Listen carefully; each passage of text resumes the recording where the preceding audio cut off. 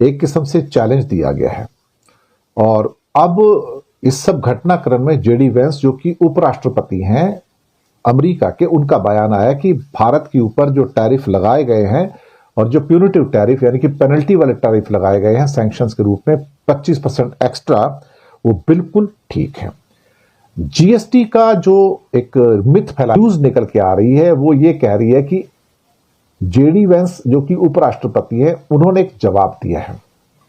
अब ये जयशंकर को जवाब है या मोदी का जवाब है? उपराष्ट्रपति तो मोदी को जवाब देगा ना अल्टीमेटली। एक्चुअली जयशंकर ने कहा था कि if you have a problem buying oil और refined products for India, don't buy it, nobody forces you to buy it, Europe buys, America buys, so you don't like it, don't buy it. ये जो एक धमकी है ना, ये बदतमीजी का प्रतीक है और कुछ भी नहीं है। और जयशंकर वैसे भी अपनी बेहूदगी और बदतमीजी के लिए प्रसिद्ध है, और एक बदतमीज और बेवकूफ आदमी जो है वो भारत का विदेश मंत्री है हमारा। क्या कहते हैं कि दुर्भाग्य है कि ऐसे ऐसे लोग हैं जो भारत के विदेश मंत्री बनाकर रखे हो जिनके अंदर अकल नहीं है।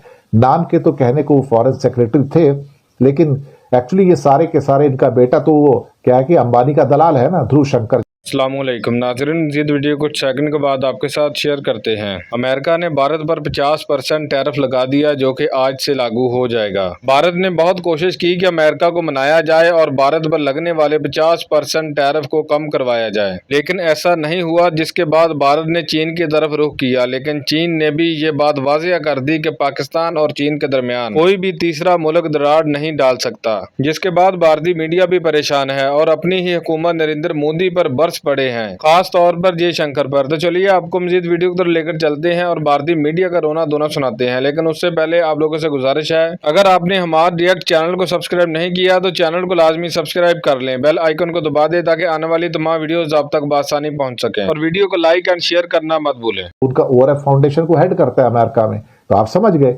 जयशंकर भी उसका पार्ट थे। तो ये सब लोग एजेंट और दलाल हैं दरअसल देखा जाए तो मुकेश अंबानी के। और अब यहाँ पर वो अमेरिका के खिलाफ ये करना चाहते हैं, रूस के साथ जाना चाहते हैं, इसलिए जाना चाहते हैं ताकि तेल खरीदते रहो, मुनाफा कमाते रहो, तो अपने आका के लिए फायदा होगा। लेकिन जेडी वेंस ने जो कहा है वो अपने आप में काफी इंपॉर्टेंट है, और मुझे लगता है कि अब जो बात जो निकल कर आएगी वो शायद ज्यादा महत्वपूर्ण होगी। ज्यादा महत्वपूर्ण इसलिए होगी कि कहीं ना कहीं ये टकराव की स्थितियां जो हैं मुझे लगता है कि थोड़ी सी और बढ़ती हुई नजर आ रही हैं, और अमेरिका इनसे सेटिस्फाई हो जाएगा मैं नहीं मानता। सिर्फ 2 दिन और बचे हैं, इन 2 दिनों के अंदर अंदर जो है ये पूरा का पूरा जो है मसला पलट जाएगा और 50% सैंक्शन वाले टैरिफ इंडिया के ऊपर लग जाएंगे। जेडी वेंस ने यह भी कहा कि डोनाल्ड ट्रंप ने भारत पर टैरिफ इसलिए लगाए ताकि जंग रोकने के लिए रूस पर दबाव बनाया जा सके और रूस के तेल निर्यात में कमी लाने की कोशिश की है। और भारत पर जो 50% का टैरिफ जो परसों लागू हो जाएगा वो रूस से तेल खरीदने की वजह से पेनल्टी लगाई गई है। इसको सेकेंडरी सैंक्शन भी कहा जा रहा है, और इसको दरअसल जेडी वेंस ने क्या कहा है कि बिल्कुल वैलिड ठहराया है। और अगर विदेश उपराष्ट्रपति ठीक इसको वैलिड ठहरा रहे हैं तो भाई बाकी हमारे लिए बचता क्या है?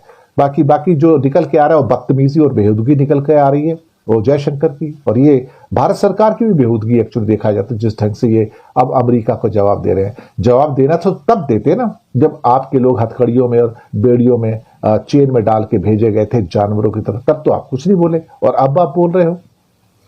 क्या है ना कि छुपा हुआ अंदर गुस्सा रहता है ना, निकलता है ना कहीं, लेकिन जवाब देना होता है। बेहूदगी नहीं चाहिए हमको। बकरियां नहीं खरीदेंगे, और वो भी खास तौर पे तब जब चाइना रशिया से हमसे ज्यादा तेल खरीदता है, लेकिन सारी बातें सिर्फ और सिर्फ भारत को लेकर हो रही हैं, चाइना को लेकर या टर्की को लेकर कहीं कोई बात नहीं हो रही है।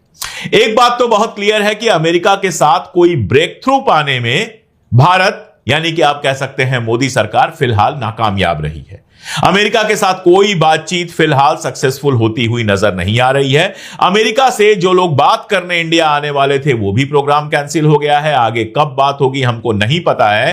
तो हम एक ऐसी स्थिति में फंसे हुए हैं जहां अमेरिका से हमारे जो व्यापारिक संबंध हैं वो पूरे के पूरे जो हैं वो खतरे में पड़े हुए हैं। हालांकि अमेरिका होशियार है, यहां से जो दवाएं जाती हैं, फार्मास्यूटिकल जो दवाएं जाती हैं, उनके ऊपर फिलहाल कोई टैरिफ नहीं लागू होगा, क्योंकि अगर दवाएं वहां टैरिफ लग जाएगा तो बेहद महंगी हो जाएंगी, तुरंत उनको कहीं और से रिप्लेस कर पाना मुश्किल हो जाएगा और अमेरिका के बाजार में ये चाहता है कि आप अमेरिका के खेमे में जाकर खड़े हो जाएं, रशिया को अपना दुश्मन बना लें। अब आप देखिए यही चीज वो बाकियों के साथ क्यों नहीं कर पा रहा है, क्योंकि आप इतना ज्यादा चिपक गए थे, आप इतना ज्यादा अमेरिका अमेरिका करने लगे थे कि अमेरिका को यह लगा कि इनको तो बड़े आराम से खींचा जा सकता है। याद कीजिए ब्रिक्स में बात हुई थी कि डॉलर की जगह एक नई मुद्रा ब्रिक्स बनाएगा और उसमें सारा ट्रेड होगा। ट्रंप ने धमकी दी, बाकी सबने तो कुछ नहीं कहा, लेकिन मोदी जी तुरंत उससे पीछे हट गए। उन्होंने कहा नहीं, हमारा व्यापार डॉलर में जारी रखेगा। इससे मैसेज क्या गया? इससे मैसेज ये गया ट्रंप के पास कि मोदी को तो हम कितना भी झुका सकते हैं। और उसके बाद एक के बाद एक बयान, कभी यूएस एड को लेकर कि 2.1 मिलियन डॉलर दिया गया, कभी किसी चीज को लेकर, कभी किसी चीज को लेकर, पहले तो बयान आए। आप जब वहां पे पहुंचे ट्रेड के लिए ही आप वहां पे पहुंचे हुए थे, आप जब वहां पे पहुंचे दरवाजे पे कोई लेने नहीं आया। उसके बाद आप जाकर एलन मस्क के बच्चों और बच्चों की जो आया थी उनके साथ बैठ के बात कर रहे थे। मस्क बैठा था, उसके बगल में बच्चों की आया बैठी थी, बच्चे खेल रहे थे और आप उससे बात कर रहे थे। आपने खुद अपनी वैल्यू गिरा ली। अमेरिका को यह लगने लगा कि हमसे दोस्ती बनाए रखने के लिए ये किसी भी लेवल पर जाएंगे। चाइना से आपने रिश्ते खराब कर लिए, गलवान के बाद से चाइना से आपके रिश्ते खराब थे, तो उसने सोचा कि प्रेशर डाल के अगर रशिया से रिश्ते खराब कर देते हैं तो फिर आपका बचेगा ही कौन। इधर अडानी साहब आपके कितने प्रिय हैं ट्रंप कायदे से जानता है। अडानी साहब के ऊपर वहां पर केस है, समन आया है, अभी तक आप समन दे नहीं पाए हैं। जिस दिन प्रेशर पड़ेगा समन देना पड़ेगा, क्योंकि हेग का समझौता है, उसके तहत आपको समन देना पड़ेगा। और कल को अगर अमेरिका कहता है कि इनको अमेरिका भेजिए, अडानी साहब को इनके ऊपर केस चलना है या इनको सजा हुई है, तो आपके लिए और एक मुश्किल हो जाएगी कि आप जो आजकल राष्ट्रीय सेठ हैं हमारे अडानी जी, उनको वापस भेजेंगे कैसे। दरअसल कुल मिला के हुआ यह है कि अडानी और अंबानी का हमारे देश की अर्थव्यवस्था पर जो असर है वो तो है ही, हमारे देश की विदेश नीति कैसे हो यह भी कई बार ऐसा लगता है कि अडानी और अंबानी मिलकर तय कर रहे हैं। आप ओआरएफ का पूरा मामला देख लीजिए। ओआरएफ को फंड करते हैं बड़े अंबानी यानी कि मुकेश अंबानी। ओआरएफ में बहुत ऊंचे पद पर बैठे हुए हैं जयशंकर साहब के बेटे, और ओआरएफ जो है वो अमेरिका में एक्टिव है। अब आप ये मुझे बताइए कि एक थिंक टैंक जिसमें हमारे विदेश मंत्री के बड़े बेटे बैठे हुए हैं और जिसको फाइनेंस करते हैं अंबानी साहब, और कहा यह जाता है कि अमेरिका के साथ जो हमारे रिश्ते हैं उनमें यह बड़ी भूमिका निभाता है, वो भारत का हित देख रहा है या अंबानी का हित देख रहा है, यह सवाल सोचना पड़ेगा। कहीं अडानी के खिलाफ अमेरिका में जो मामला हुआ है सारा कुछ, उसके पीछे यही सारी लॉबी तो नहीं है। अब कंडीशन यह है कि आप लॉबिंग और बढ़ा रहे हैं। आपने एक और नए लॉबिस्ट को भर्ती किया है जिसको 55 लाख रुपए से ज्यादा प्रतिमाह दिया जाएगा, यानी कुल मिलाकर आप 2.5 करोड़ रुपए, लगभग 2 करोड़ 40 लाख रुपए हर महीने खर्च कर रहे हैं लॉबिंग के। और इतना सब कुछ होने के बाद भी अमेरिका से आपके रिश्ते सुधरने की जगह बिगड़ते जा रहे हैं, जबकि अमेरिका के अंदर बहुत सारे ऐसे लोग हैं जो ये बात कह रहे हैं कि हिंदुस्तान के साथ अमेरिका को ऐसा नहीं करना चाहिए, भारत हमारा दोस्त है, उसके साथ ऐसा नहीं करना चाहिए। लेकिन अमेरिका के चक्कर में और अपने अहंकार में आपने तो सबको दुश्मन बना लिया। आज स्थिति आप देखिए पाकिस्तान और बांग्लादेश की। पाकिस्तान और बांग्लादेश के बीच में दोस्ती कभी नहीं रही। आज हालत यह है कि चाइना के विदेश मंत्री आपके यहां आते हैं और आपके यहां से सीधे पाकिस्तान जाते हैं, जहां से अफगानिस्तान और पाकिस्तान के विदेश मंत्रियों के साथ उनकी तस्वीर आती है। यानी चाइना के विदेश मंत्री आपके यहां आए तो बातें तो की, सबसे मुलाकात की, जयशंकर से मुलाकात की, डोभाल से मुलाकात की, मोदी जी के साथ मुलाकात की, लेकिन उसके बाद सीधे चले गए पाकिस्तान। यानी आपको साफ साफ बता दिया कि उनके लिए हिंदुस्तान और पाकिस्तान एक जैसे हैं।